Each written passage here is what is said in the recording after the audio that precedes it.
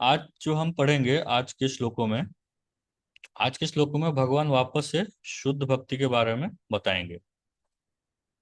तो भगवान एक शुद्ध भक्त के लक्षण क्या होते हैं, जो 12.8 में बताया था भगवान में। एक बार फिर से आप लोग 12.8 देखिए। तो 12.8 में भगवान बोलते हैं, मयि एव मन आथत स्व, मयि बुद्धिम निवेशय, निवसिष्यसि मयि एव अत ऊर्ध्वं न संशय। तो यहाँ भगवान बोलते हैं कि केवल अपने मन को मुझ में स्थित करो और पूरा अपना बुद्धि को मुझ में ही लगाओ। इस तरह से तुम हमेशा मुझ में रहोगे बिना कोई संशय के, असंशय। तो भगवान बोल रहे हैं कि ये शुद्ध भक्ति का सबसे उत्तम स्तर है। तो ऐसे ही भक्त के बारे में भगवान अभी बताएंगे। ये जो 13 से 20 जो श्लोक है आज जो हम पढ़ेंगे, इसमें भगवान ऐसे ही भक्त के गुणों के बारे में बताएंगे।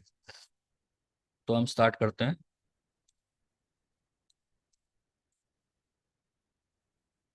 13 और 14। आप लोग भगवत गीता आपके पास है तो आप देख सकते हैं, नहीं तो यहाँ से स्क्रीन से भी देख सकते हैं। अद्वेष्टा सर्वभूतानां, मैत्र करुणा एव च, निर्ममो निरहंकार, सम दुःख सुख शमी, संतुष्ट सततम योगी, यथात्मा दृढ़ निश्चय, मयि अर्पिता मनोबुद्धिर, यो मद्भक्त समे प्रिय।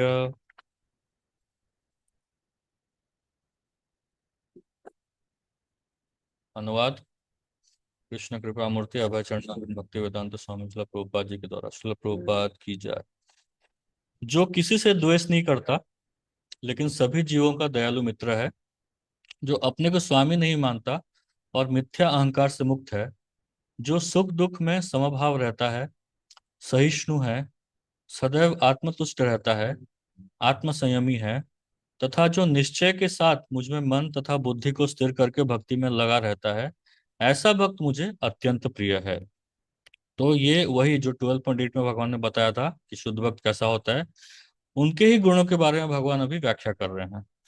तो शुद्ध भक्त कैसा होता है? सबसे पहला, अद्वेष्टा। अद्वेष्टा मतलब जो किसी से द्वेष नहीं करता है। अद्वेष्टा सर्वभूतानां, समस्त जीवों के प्रति ईर्ष्या विहीन। अद्वेष्टा उसके कोई जीवों के प्रति ईर्ष्या नहीं रखता है। मैत्र, मैत्र मतलब मैत्री भाव रखता है सबके प्रति। करुणा, करुणा मतलब दया दिखाता है सबके प्रति। निर्ममो, निर्ममो मतलब मैं की भावना, बकरी ऐसा मैं नहीं बोलते रहता है कि ये मेरा है मेरा है मेरा है, ऐसा नहीं बोलते रहता हमेशा। निरहंकार, हमेशा मिथ्या अहंकार से दूर रहता है कि मैं इसका मालिक हूँ, मैं इसका पति हूँ, ये इस तरह का मिथ्या अहंकार। सम दुख सुख, दुख और सुख में उसका एक प्रकार का भाव रहता है। क्षमी, क्षमा करने वाला, सबको क्षमा करता है। संतुष्ट, हमें संतुष्ट सततम योगी, हमेशा ये जो योगी है हमेशा संतुष्ट रहता है। संतुष्ट सततम योगी, यथात्मा दृढ़ निश्चय, हमेशा अपने निश्चय में दृढ़ रहता है। मयि अर्पित मनोबुद्धिर, यो मद भक्त समय प्रिय, जो अपने मन और बुद्धि को पूरी तरह से मुझ पे अर्पित कर देता है। मयि अर्पित मनो बुद्धिर, यो मद भक्त, इस तरह का भक्त मुझे बहुत प्रिय है, मुझे अत्यंत प्रिय है। तो प्रभुपाद जी तात्पर्य में बोलते हैं, शुद्ध भक्ति पर पुनः आकर भगवान इन दोनों श्लोकों में शुद्ध भक्त के दिव्य गुणों का वर्णन कर रहे हैं, जो 12.8 में भगवान ने बताया था शुद्ध भक्त के बारे में। शुद्ध भक्त किसी भी परिस्थिति में विचलित नहीं होता, न ही वह किसी के प्रति ईर्ष्यालु होता है। ठीक है, किसी भी परिस्थिति में वो विचलित नहीं होता, न ही वह किसी के प्रति ईर्ष्यालु होता है, न वह अपने शत्रु का शत्रु बनता है। वह तो सोचता है यह व्यक्ति मेरे विगत दुष्कर्मों के कारण मेरा शत्रु बना हुआ है, अतएव विरोध करने की अपेक्षा कष्ट सहना अच्छा है। श्रीमद् भागवत में 10वें स्कंद के 14वें अध्याय के 8वें श्लोक में कहा गया है, तत्तेनुकंपा सुसमीक्षमाणो भुंजान एवात्मकृप्तम विपाकम। यहाँ बताया गया है, जब भी कोई भक्त मुसीबत में पड़ता है तो वह सोचता है कि यह भगवान की मेरे ऊपर कृपा ही है, मुझे अपने विगत दुष्कर्मों के अनुसार इससे कहीं अधिक कष्ट भोगना चाहिए था। यह तो भगवत कृपा है कि मुझे मिलने वाला पूरा दंड नहीं मिल रहा है, भगवत कृपा से थोड़ा ही दंड मिल रहा है। अतएव अनेक कष्टपूर्ण परिस्थितियों में भी वह सदैव शांत तथा धीर बना रहता है। तो ये श्लोक जो है, ये भागवत में श्लोक आता है, ये श्लोक भक्तों के लिए बहुत इंपॉर्टेंट है। इसमें कहा गया है, तत्यनुकंपान समीक्षमाणो भुंजान एवात्म कृतम विपाकम। इसमें कहा गया है कि एक व्यक्ति, एक भक्त जो हमेशा ये सोचता है कि मेरे साथ जो भी बुरा हो रहा है, मेरे साथ जो भी बुरा हो रहा है वो मेरे दुष्कर्मों का परिणाम है। मैंने जो भी पहले दुष्कर्म किए हैं, मैंने पहले जो भी बुरे कर्म किए हैं, भले ही मुझे अभी दिख नहीं रहा है, लेकिन मैंने पिछले जन्म में बहुत सारे बुरे कर्म किए हैं, वो सभी का अंजाम मुझे अभी मिल रहा है, उन सभी का परिणाम मुझे अभी मिल रहा है। ऐसा जो व्यक्ति सोचता है, जो भी उसके साथ गलत हो रहा है, वो सोचता है कि वो मेरे कष्टों का परिणाम है। कोई इसको आकर के कुछ बुरा भला बोल देता है, कोई उसके साथ बुरा कर देता है, तो वो सोचता है कि ये मेरे ही दुष्कर्मों का परिणाम है। साथ ही साथ जो ये सोचता है कि मेरे साथ जो भी अच्छा हो रहा है वो किसकी कृपा है, वो भगवान की कृपा है, वो मेरा प्रयास नहीं है, मेरे प्रयास से कुछ अच्छा नहीं हो रहा है, मेरे प्रयास से सब बुरा ही होता है, तो मेरे साथ जो भी अच्छा है वो भगवान की कृपा है। ऐसा सोच रखने वाला व्यक्ति, भगवान बोलते हैं कि इस तरह का सोच रखने वाला जो व्यक्ति इंतजार करके, पेशेंस के साथ वेट करता है कि भगवान मेरे ऊपर कृपा करेंगे, ऐसा व्यक्ति ही भगवान की कृपा का पात्र बनता है। तो जो व्यक्ति सोचता है कि मेरे साथ जो भी बुरा हो रहा है वो मेरे दुष्कर्म है, और जो अच्छा हो रहा है वो भगवान की कृपा से हो रहा है, मेरे प्रयास से नहीं हो रहा है, और पेशेंस से भगवान की भक्ति करते रहता है, आराम से करता है, कोई हड़बड़ी नहीं है उसको कि भगवान मेरे ऊपर कृपा करेंगे, तो ऐसा व्यक्ति ही भगवान की कृपा का पात्र बनता है। तो एक तो पेशेंस और एक भरोसा, तो ये दो चीज अगर नहीं है तो वो भगवान की कृपा का पात्र नहीं बन सकता। तो ऐसा भक्त को हमेशा सोचना चाहिए। भक्त सदैव प्रत्येक प्राणी पर, यहाँ तक कि अपने शत्रु पर भी दयालु होता है। निर्मम का अर्थ यह है कि भक्त शारीरिक कष्टों को प्रधानता नहीं प्रदान करता, क्योंकि वह अच्छी तरह जानता है कि भौतिक कि वह भौतिक शरीर नहीं है। तो निर्ममा अपने बारे में ज्यादा नहीं सोचता है, अपने शारीरिक कष्टों के बारे में ज्यादा नहीं सोचता है। वह अपने को शरीर नहीं मानता, अतएव वह मिथ्या अहंकार के बोध से मुक्त रहता है, और सुख तथा दुख में समभाव रखता है। सुख आए दुख आए, दोनों एक प्रकार। वह सहिष्णु होता है, और भगवत कृपा से जो कुछ प्राप्त होता है उसी से संतुष्ट रहता है। वह ऐसी वस्तु को प्राप्त करने का प्रयास नहीं करता जो बहुत कठिनाई से मिले, जिसके लिए बहुत ज्यादा स्ट्रगल हो। जैसे हम प्रयास करते हैं ना, बहुत ज्यादा मटेरियल चीजों, मटेरियल सक्सेस, भौतिक लाभ प्राप्त करने का बहुत ज्यादा प्रयास करते हैं, तो एक शुद्ध भक्त जो होता है तो बहुत ज्यादा प्रयास नहीं करता है। बहुत ज्यादा कठिनाई से जो मिलता है, बहुत सालों बाद मुझे एक मटेरियल सक्सेस मिल गया, इसके पीछे नहीं भागता है भक्त, इस तरह की चीजों के पीछे। अतएव वह सदैव प्रसन्न चित्त रहता है। देखिए, इसलिए प्रभुपाद बोल रहे हैं, इसलिए वो सदैव प्रसन्न चित्त रहता है क्योंकि वो ये सब के पीछे नहीं भागता है। भौतिकवादी व्यक्ति या हम सब ये सब चीजों के पीछे हमेशा भागते रहते हैं, इसलिए हम हमेशा दुखी रहते हैं। वह पूर्ण योगी होता है क्योंकि वह अपने गुरु के आदेशों पर अटल रहता है, और चूंकि उसकी इंद्रियां वश में रहती हैं, अतः वह दृढ़ निश्चय होता है। तो दृढ़ निश्चय होने के लिए अपने इंद्रियों को कंट्रोल में रहना बहुत आवश्यक है। वह झूठे तर्कों से विचलित नहीं होता, क्योंकि कोई उसे भक्ति के दृढ़ संकल्प से हटा नहीं सकता। कई बार ऐसा होता है ना, हम भक्ति में नया नया भक्ति कर रहे हैं, कोई भी आकर के कोई भी दूसरा फिलोसफी बता देता है हमें, तो हम उससे विचलित होकर के भक्ति छोड़ देते हैं। शुद्ध भक्त ऐसा नहीं, उसको कोई ऐसा सिंपल सा लॉजिक से उसको हरा नहीं सकता। वह पूर्णतया अवगत रहता है कि कृष्ण उसके शाश्वत प्रभु हैं, अतएव कोई भी उसे विचलित नहीं कर सकता। ये विश्वास उसको हमेशा रहता है। इन समस्त गुणों के फलस्वरूप वह अपने मन तथा बुद्धि को पूर्णतया परमेश्वर पर स्थित करने में समर्थ होता है। तो इन्हीं गुणों के आधार पर हम अपने मन और बुद्धि को भगवान पर हमेशा स्थिर कर सकते हैं। भक्ति का ऐसा आदर्श अत्यंत दुर्लभ है, लेकिन भक्त भक्ति के विधि विधानों का पालन करते हुए उसी अवस्था में स्थित रहता है, और फिर भगवान कहते हैं कि ऐसा भक्त उन्हें अति प्रिय है, क्योंकि भगवान उसके कृष्ण भावना में युक्त कार्यकलापों से सदैव प्रसन्न रहते हैं। तो यहाँ देखिए, ये एक शुद्ध भक्त के बारे में बताया गया है। तो ये हमारा गोल होना चाहिए, इसको हम बार बार पढ़ेंगे तो हमें याद रहेगा कि हमारा गोल क्या है, हमारा लक्ष्य क्या है। नहीं तो हम जैसे मैंने आज पूछा क्लास के पहले कि किसको थोड़ा समराइज करिए क्या पढ़ा था हमने, तो किसी को याद नहीं था। तो बार बार पढ़ेंगे तब जाके याद रहेगा कि हमारा गोल ऑफ लाइफ क्या है। नहीं तो मन माना भक्ति चलते रहेगा अपने मन के हिसाब से। कोई कुछ बोल देगा यूट्यूब में, उसको सुन लेंगे, वो फॉलो करेंगे, अगले दिन किसी और का सुन लेंगे, वो फॉलो करने लग जाएंगे।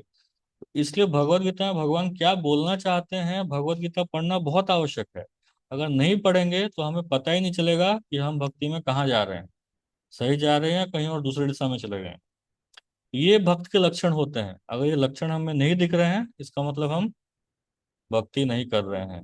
ये सब लक्षण धीरे धीरे धीरे दिखाई देने चाहिए एक भक्त में। तो ये एक शुद्ध भक्त के लक्षण है।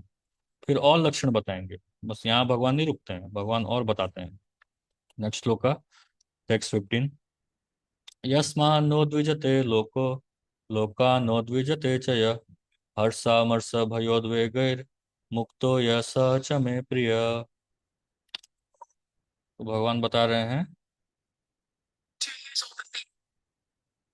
जिससे किसी को कष्ट नहीं पहुंचता तथा जो अन्य किसी के द्वारा विचलित नहीं किया जाता, जो सुख दुख में, भय तथा चिंता में समभाव रहता है, वह मुझे अत्यंत प्रिय है। तो ऐसा व्यक्ति भगवान को बहुत प्रिय है। तो हरे कृष्ण, कोई तात्पर्य पढ़ना चाहेंगे?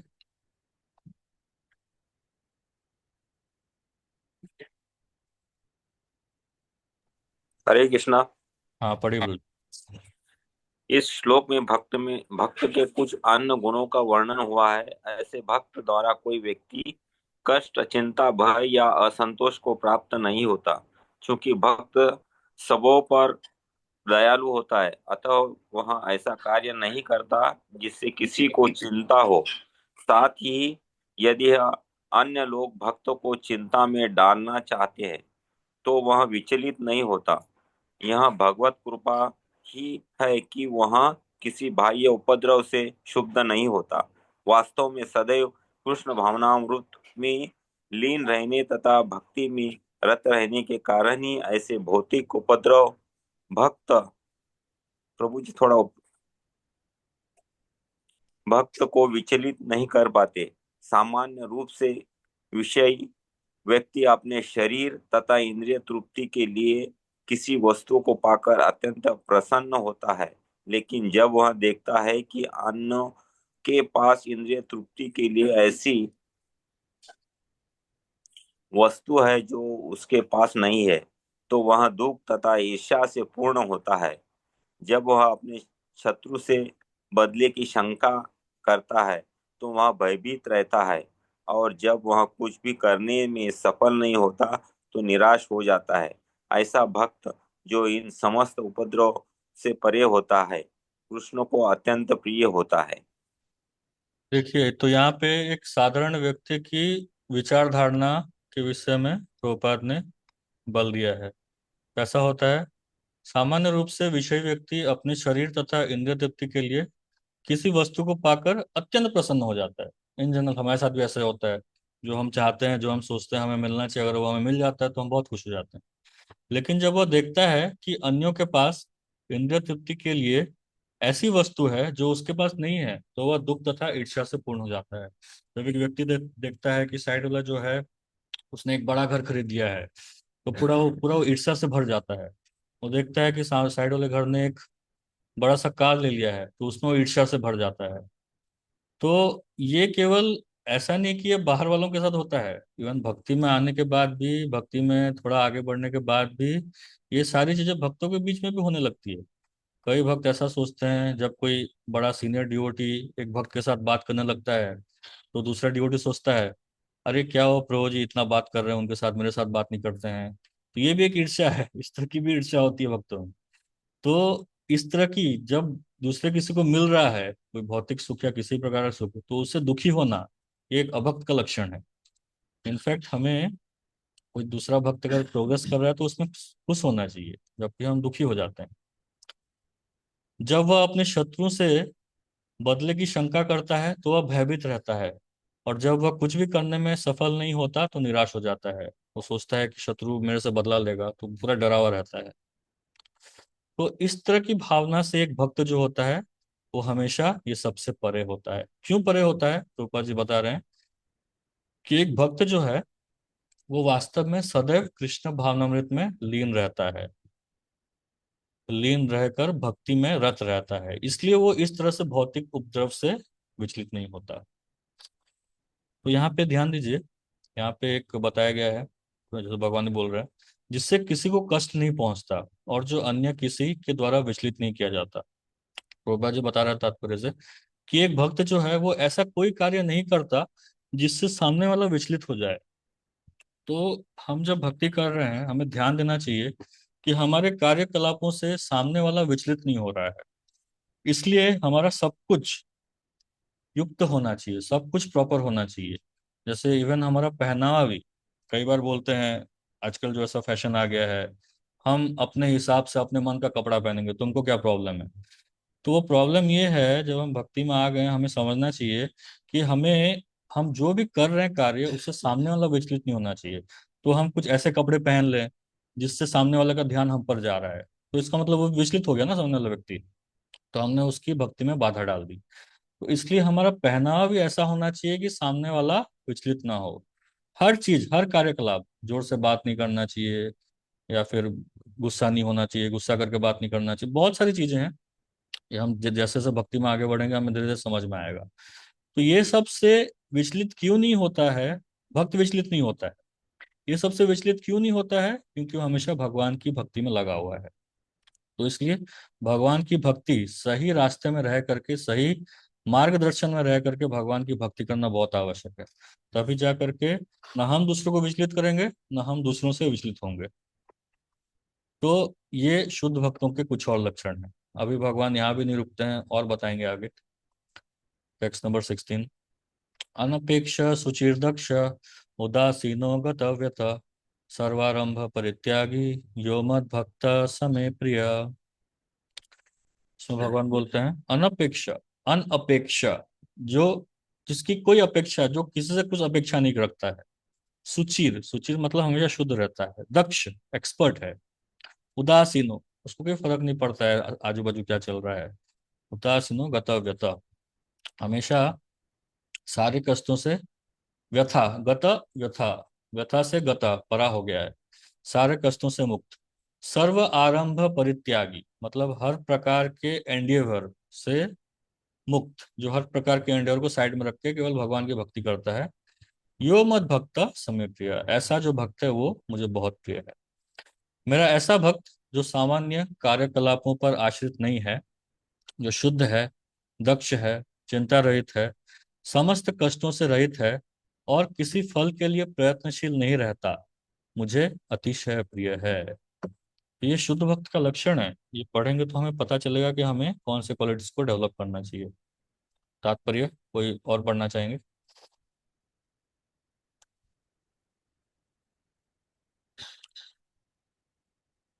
हरे कृष्णा।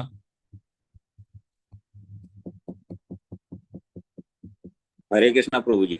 पढ़ते रहो। और कोई? भक्तों भक्तों को धन दिया जा सकता है, किंतु उसे धन अर्जित करने के लिए संघर्ष नहीं करना चाहिए। भगवत कृपा से यदि उसे स्वयं धन की प्राप्ति हो तो वह उद्विग्न नहीं होता। स्वाभाविक है कि भक्त दिन भर में 2 बार स्नान करता है और भक्ति के लिए प्राप्त काल जल्दी उठता है। इस प्रकार वह बाहर तथा भीतर से स्वच्छ रहता है। भक्त सदैव दक्ष होता है, क्योंकि वह जीवन के समस्त कार्य कलापों के सार को जानता है और प्रामाणिक शास्त्रों में दृढ़ विश्वास रखता है। भक्त कभी किसी दल में भाग नहीं लेता, अतः वह चिंता मुक्त रहता है। समस्त उपाधियों से मुक्त होने के कारण कभी व्यतीत नहीं होता। वह जानता है कि उसका शरीर एक उपाधि है, अतः शारीरिक कष्टों के आने पर वह मुक्त रहता है। शुद्ध भक्त कभी भी ऐसी किसी वस्तु के लिए प्रयास नहीं करता जो भक्ति के नियमों के प्रतिकूल हो। उदाहरण, किसी विशाल भवन को बनाने में काफी शक्ति लगती है, अतः वह कभी ऐसे कार्य में हाथ नहीं लगाता जिससे उसकी भक्ति में प्रगति न होती हो। वह भगवान के लिए मंदिर का निर्माण करा सकता है और उसके लिए वह सभी प्रकार की चिंताएं उठा सकता है, लेकिन वह अपने परिवार वालों के लिए बड़ा सा मकान नहीं बनाता। तो ये कुछ लक्षण है शुद्ध भक्तों के। तो प्रभुपाद का तात्पर्य है, इसको पढ़ना चाहिए, पता नहीं आप लोग पढ़ क्यों नहीं रहे हैं।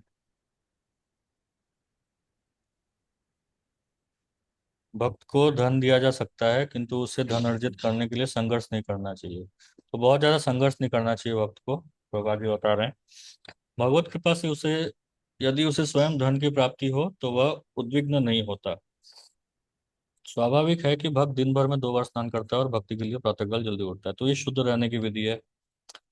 आ, इस प्रकार बाहर तथा भीतर से स्वच्छ रहता है। भक्त सदैव दक्ष होता है, क्योंकि वह जीवन के समस्त कार्यकलापों के सार को जानता है और प्रामाणिक शास्त्रों में दृढ़ विश्वास रखता है।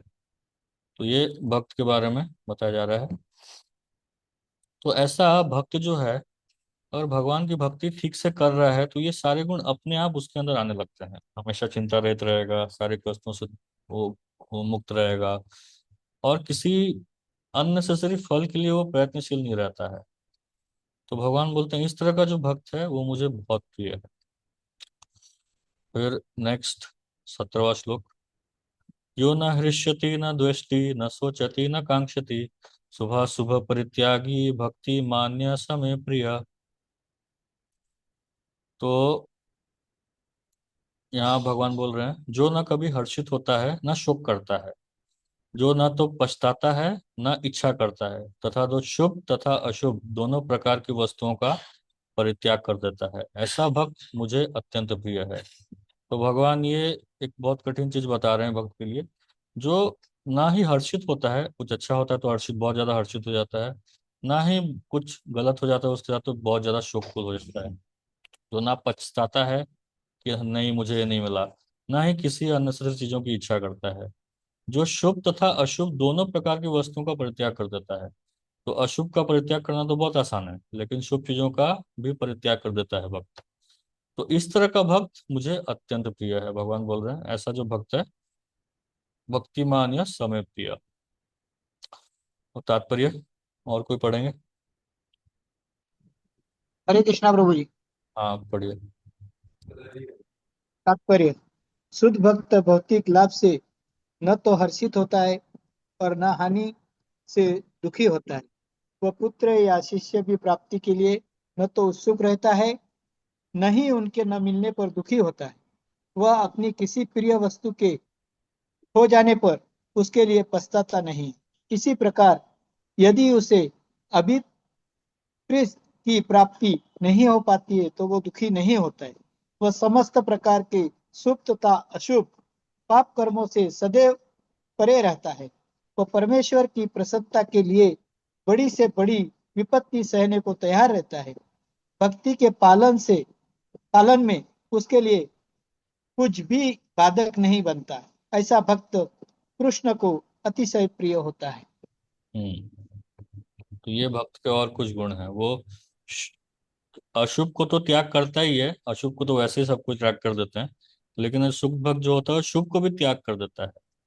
जो शुभ चीजें होती हैं, शुभ अशुभ वो सब नहीं देखता है, वो केवल भगवान की भक्ति देखता है, भगवान की भक्ति में क्या शुभ क्या अशुभ।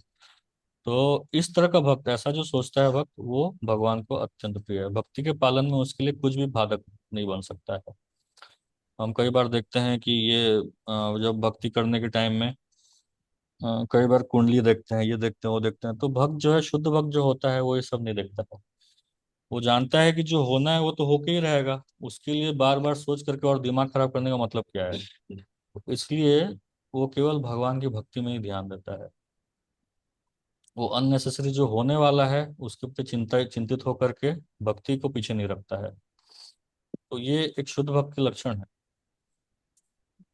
फिर आगे 18 और 19 भगवान बोलते हैं, सम शत्रु च मित्रे च तथा मान अपमानयो, शीतोष्ण सुख दुखेषु समसंग विवर्जिता, तुल्य निंदास्तु तिर्मौनि संतुष्टो येन केनचित्, अनिकेत स्थिरमतिर् भक्तिमान में प्रियो नरः।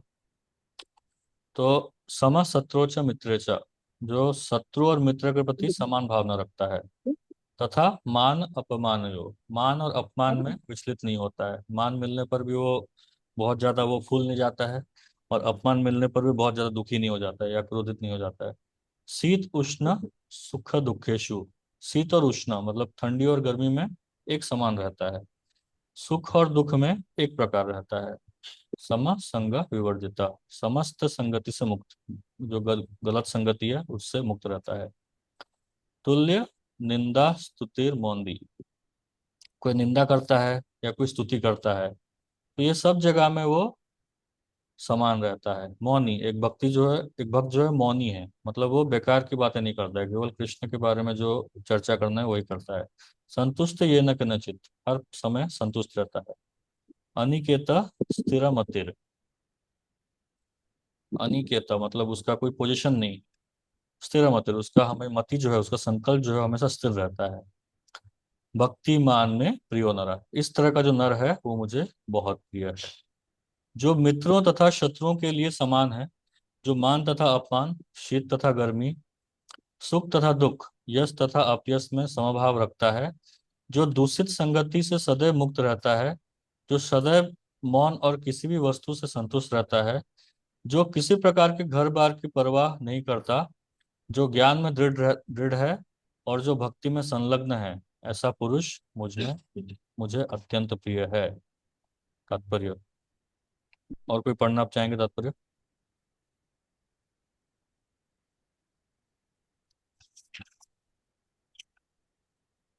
हरे कृष्णा। तात्पर्य पढ़िए कोई। कृष्ण बोलो। मैं पढ़ू? हाँ पढ़िए माता जी। हरे कृष्ण। भक्त सदैव कुसंगति से दूर रहता है। मानव समाज का यह स्वभाव है कि कभी किसी की प्रशंसा की जाती है तो कभी उनकी निंदा की जाती है। लेकिन भक्त कृत्रिम यश तथा अपयश, दुख या सुख से ऊपर उठा हुआ होता है। वह अत्यंत धैर्यवान होते हैं। वह कृष्ण कथा के अतिरिक्त कुछ भी नहीं बोलता, अतः उसे मौनी कहा जाता है। मौनी का अर्थ यह नहीं है कि वह बोले नहीं, अपितु यह है कि वह अनर्गल आलाप न करे।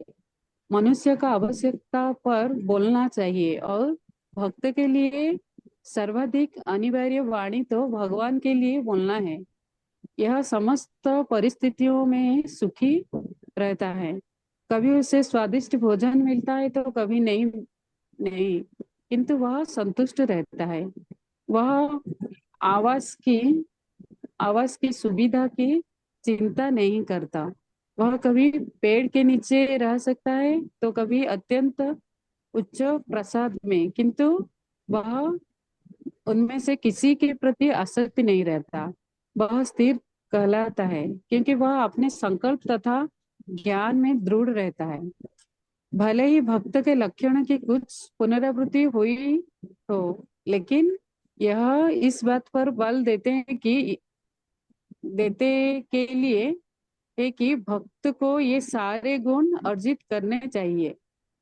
सद्गुण के बिना कोई शुद्ध भक्त नहीं बन सकता। हराव भक्तस्य कुतो महत् गुणः, जो भक्त भक्त नहीं है उसमें सद्गुण नहीं होता। जो भक्त कहलाता है उसे सद्गुण का विकास करना चाहिए। यह अवश्य है कि उसे इन गुणों के लिए अलग से ब्राह्मण प्रयास नहीं करना पड़ता, अपितु कृष्ण भावनामृत तथा भक्ति में संलग्न रहने के कारण उसमें ये गुण स्वतः ही विकसित होते हो जाते हैं। हरे हम्म। कृष्ण। यहाँ बहुत सारी चीजों की प्रभुपाद ने बोली है। विशेष करके प्रभुपाद जी बोलते हैं कि एक भक्त जो है वो अन अनावश्यक कहीं पर बोलता नहीं है, केवल आवश्यक, जहां पर आवश्यक है वहीं पे बोलना चाहिए। प्रभुपाद जी बताते हैं जिस मनुष्य को आवश्यकता पर ही बोलना चाहिए। और भक्त के लिए सर्वाधिक अनिवार्य वाणी तो भगवान के लिए बोलना है। तो बिना मतलब का कहीं पे, जैसा हम सबका आदत रहता है कि थोड़ा मौका मिले ना मिले हम तुरंत बोलना चालू कर देते हैं। सबसे ज्यादा हमारा यही टेंडेंसी रहता है कि कैसे हम बोलें, अपना मत को कैसे आगे रखें। तो एक भक्त जो है शांत रहता है, जहाँ जितना जरूरत है उतना ही बोलता है। रूपा जी कहते हैं लास्ट में कि भले ही ऐसा लगे कि बहुत सारे क्वालिटीज बार बार रिपीट कर रहे हैं भगवान, लेकिन ये शुद्ध भक्त के अलग अलग क्वालिटीज हैं। ये सबको अगर हम जानेंगे नहीं तो हमें पता नहीं चलेगा कि शुद्ध भक्त कौन होता है। तो इसलिए रूपा जी बोलते हैं कि ये सबको अलग से प्राप्त करने की प्रयास करने की आवश्यकता नहीं है। प्रभुपाद बोल रहे हैं कि अपने आप ही कोई अगर कृष्ण भावनामृत में लगा हुआ है, भक्ति में संलग्न है, तो उसमें अपने आप ये सारे गुण विकसित हो जाएंगे। ये केवल हमें जानने के लिए कि हम सही सही में भक्ति कर रहे हैं कि नहीं, ये सारे गुण हमें बार बार चेक करना चाहिए। तभी पता चलेगा हम सच में भक्ति में आगे बढ़ रहे हैं नहीं बढ़ रहे हैं, भक्ति कर रहे हैं नहीं कर रहे हैं। ये सारे गुण हमें जानना चाहिए, हमें अपने अपने आप के लिए, ताकि हम भक्ति में दूसरों में नहीं देखना चाहिए कि ये तो इतना साल से भक्ति कर रहा है, इसमें गुण नहीं आया है, उसमें वो गुण नहीं आया। नहीं नहीं, ऐसा नहीं। हमारे लिए है ये सब, जो बताया गया हमारे लिए है। ये सब हम चेक करेंगे, अपने लिए चेक कर सकते हैं कि हम कहाँ पे भक्ति में आगे बढ़े हैं नहीं बढ़े हैं। इसलिए ये सारे गुणों को जानना चाहिए। फिर लास्ट टेक्स्ट नंबर 20। ये तो धर्मामृतमिदं यथोक्तं पर्युपासते श्रद्धाना मत्परमा भक्तास्ते तीव में प्रिया। जो इस भक्ति के अमर पथ का अनुसरण करते हैं और जो मुझे ही अपना चरम लक्ष्य बनाकर श्रद्धा सहित पूर्ण रूपेण संलग्न रहते हैं, वे भक्त मुझे अत्यधिक प्रिय हैं। अतीव में प्रिय मतलब ऐसे भक्त मुझे अत्यधिक प्रिय है। तो तात्पर्य कोई पढ़ना चाहेंगे? हरे कृष्णा प्रभु जी, मैं पढ़ूं? आप पढ़िए मत जी। तात्पर्य श्रील प्रभुपाद द्वारा। श्रील प्रभुपाद की जय। इस अध्याय में दूसरे श्लोक से अंतिम श्लोक तक आवेश्य मनो मनो ये माम, मुझ पर मन को स्थिर करके, से लेकर ये तू धर्मामृतम इदम, नित्य सेवा इस धर्म को, तक भगवान ने अपने पास तक पहुंचने की दिव्य सेवा की विधियों की व्याख्या की है। ऐसी विधियां उन्हें अत्यंत प्रिय है और इनमें लगे हुए व्यक्तियों को वे स्वीकार कर लेते हैं। अर्जुन ने यह प्रश्न उठाया था कि जो निराकार ब्रह्म के पथ में लगा है वह श्रेष्ठ है या जो साकार भगवान की सेवा में है। भगवान ने इसका बहुत स्पष्ट उत्तर दिया कि आत्म साक्षात्कार की समस्त विधियों में भगवान की भक्ति अ, भगवान की भक्ति निस्संदेह सर्वश्रेष्ठ है।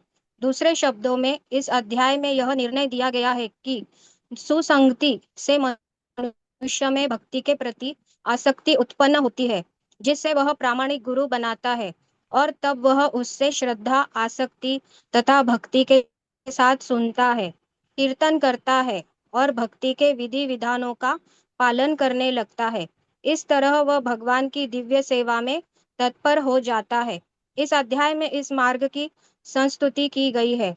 अतएव इसमें कोई संदेह नहीं रह जाता कि भगवत जी प्राप्ति के लिए भक्ति की आत्म साक्षात्कार का परम मार्ग है। इस अध्याय में परम सत्य की जो निराकार धारणा वर्णित है, उसकी संस्तुति उस समय तक के लिए की गई है जब तक मनुष्य आत्म साक्षात्कार के लिए अपने आप को समर्पित नहीं कर देता है। दूसरे शब्दों में, जब तक उसे शुद्ध भक्त की संगति करने का अवसर प्राप्त नहीं होता, तभी तक निराकार की धारणा लाभप्रद हो सकती है। परम सत्य की निराकार धारणा में मनुष्य कर्म फल के बिना कर्म करता है और आत्मा तथा पदार्थ का ज्ञान प्राप्त करने के लिए ध्यान करता है। यह तभी तक आवश्यक है जब तक शुद्ध भक्त की संगति प्राप्त न हो। सौभाग्यवश यदि कोई शुद्ध भक्ति में सीधे कृष्ण भावनामृत में लगना चाहता है तो उसे आत्म साक्षात्कार के इतने सोपान पार नहीं करने होते। भगवत गीता में बीच के 6 अध्यायों में जिस प्रकार भक्ति का वर्णन हुआ है वह अत्यंत हृदयग्राही है। किसी को जीवन निर्वाह के लिए वस्तुओं की चिंता नहीं करनी होती, क्योंकि भगवत कृपा से सारी वस्तुएं स्वतः सुलभ होती है। इस प्रकार भगवत गीता के 12वें अध्याय भक्ति योग का भक्ति वेदांत तात्पर्य पूर्ण हुआ। हरे कृष्णा प्रभु जी। हरे कृष्णा। तो यहाँ पे प्रभुपाद ने पूरा समराइज कर दिया है जो ये 12वें अध्याय में भगवान ने क्या क्या बोला है। तो जैसा हमने देखा कि सबसे पहले अर्जुन प्रश्न पूछते हैं कि कौन सा मार्ग सबसे सही है, कौन सा मार्ग बेटर है। निराकार ब्रह्म की उपासना करना, कि आपको जो स्वरूप है, साकार स्वरूप है, उसकी उपासना करना, तो इसमें से कौन सा बेस्ट है। तो भगवान क्लियरली उसका आंसर देते हैं कि जो मेरी भक्ति करते हैं, जो डायरेक्टली मेरी भक्ति करते हैं, उनके लिए मार्ग बहुत आसान हो जाता है। जो निराकार ब्रह्म की उपासना करते हैं उनके लिए, वो भी मुझ तक ही आएंगे लास्ट में, लेकिन उनके लिए जो मार्ग है वो बहुत कठिन है। तो एक मनुष्य के लिए अध्यात्म में आगे बढ़ने के लिए सबसे पहले तो वो कर्मकांड में आता है। कर्मकांड बहुत साल या बहुत जन्मों तक करने के बाद फिर कैसे कैसे करके वो सकाम कर्मयोग तक आता है। सकाम कर्म के योग करने के बाद फिर निष्काम कर्म योग में आता है। फिर ज्ञान योग करता है, फिर ध्यान योग करता है, फिर साधना भक्ति। ऐसे करके बहुत सारे स्टेप्स उसको धीरे धीरे धीरे करके पार करने पड़ते हैं, बहुत जन्म लेकर के। लेकिन प्रभुपाद जी यहाँ बता रहे हैं कि जैसे ही एक शुद्ध भक्त की कृपा मिल जाती है, एक व्यक्ति का अगर एक शुद्ध भक्त के साथ उसका संग हो जाता है, तो इतने सारे स्टेप्स को पार करने की जरूरत नहीं है। वो सीधे भक्ति में लग जाता है। एक शुद्ध भक्त जो है, अगर एक शुद्ध भक्त के शरण में कोई व्यक्ति आ जाता है, तो उनके माध्यम से, उनके कृपा से वो जो व्यक्ति है वो भगवान की सेवा में तुरंत लग जाता है। तो उसके लिए भक्ति कर पाना, भगवान की सेवा कर पाना बहुत आसान बन जाता है। तो इसलिए एक शुद्ध भक्त के मार्गदर्शन में रह करके भक्ति के नियमों का पालन करने से धीरे धीरे धीरे हमें भगवान के प्रति राग उत्पन्न होगा। तो इस श्रद्धा के साथ जो भक्ति करता है उसके लिए भगवान बोलते हैं कि सक्सेस निश्चित है, असंशय, कोई डाउट नहीं। उसको कोई डाउट नहीं है कि वो सक्सेस प्राप्त होगा। तो इसलिए हमें प्रॉपर मार्गदर्शन में रह करके भगवान की भक्ति हमें करते रहनी चाहिए। हरे कृष्णा। तो आज अभी के लिए इतना ही। आप लोग कोई प्रश्न है तो आप पूछ सकते हैं।